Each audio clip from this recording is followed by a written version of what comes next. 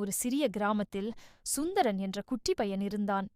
அவன் எப்போதும் சிரித்துக்கொண்டே இருப்பான். எதையும் விளையாட்டாகவே நினைப்பான். சுந்தரனுக்கு வயது 8.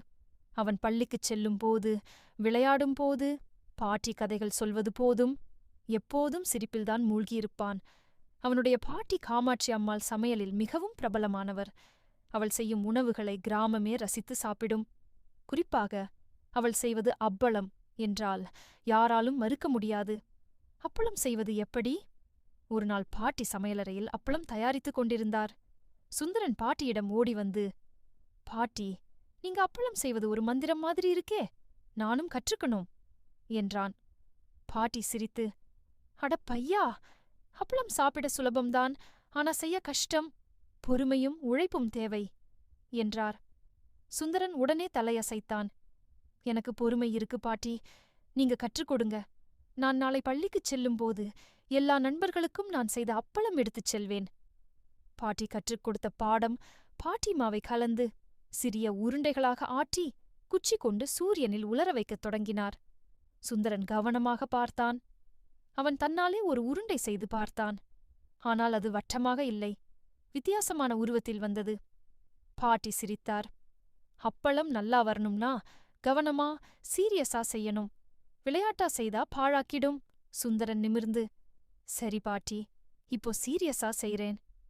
கிராமத்து சிரிப்பு சம்பவம் அடுத்த நாள் காலை சூரியனில் உலர்த்திய அப்பளங்களை எடுத்துக்கொண்டு பாட்டி வற்ற வைத்தார்.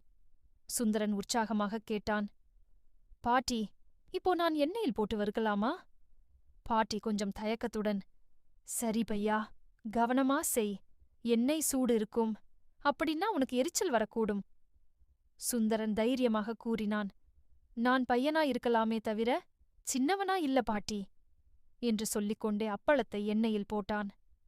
"ஷ்" என்று சத்தம் எழுந்ததும் அவன் திடுக்கிட்டு பின் சென்று, "ஐயோ, அப்பளம் என்ன கொப்பளிக்குது" என்று கத்தினான். அப்பளம் எண்ணெயிலிருந்து பொங்கிப் புடைத்தது. சுந்தரனுக்கு அதிசயமாயிருந்தது. "வாவ், இது பாம்பு போல பீங்குது. பாட்டி, இது உண்மையிலேயே மாயாஜாலமாயிருக்கு" என்று கைகொட்டி சிரித்தான். அவன் சிரிப்பைக் கேட்டு வெளியே வந்த அண்டை வீட்டார், மாமா, பக்கத்து பிள்ளைகள் எல்லோரும் ஓடி வந்து பார்த்தனர். அவர்கள் சிரித்தபடி, "சுந்தரன் அப்பளம் வறுக்கிறானாம், அதுபோக பெரிய விஷயம்" என்றார்கள். பள்ளியில் அப்பளம் விருந்து சுந்தரன் அந்த நாளே பையில் நிறைய அப்பளம் வைத்து பள்ளிக்குச் சென்றான். மணியோசை அடித்ததும் நண்பர்கள் கூடி கேட்டார்கள், "டேய் சுந்தரா, உன் பாட்டி சாம்பார், சட்னியெல்லாம் சூப்பரா செய்வாங்க.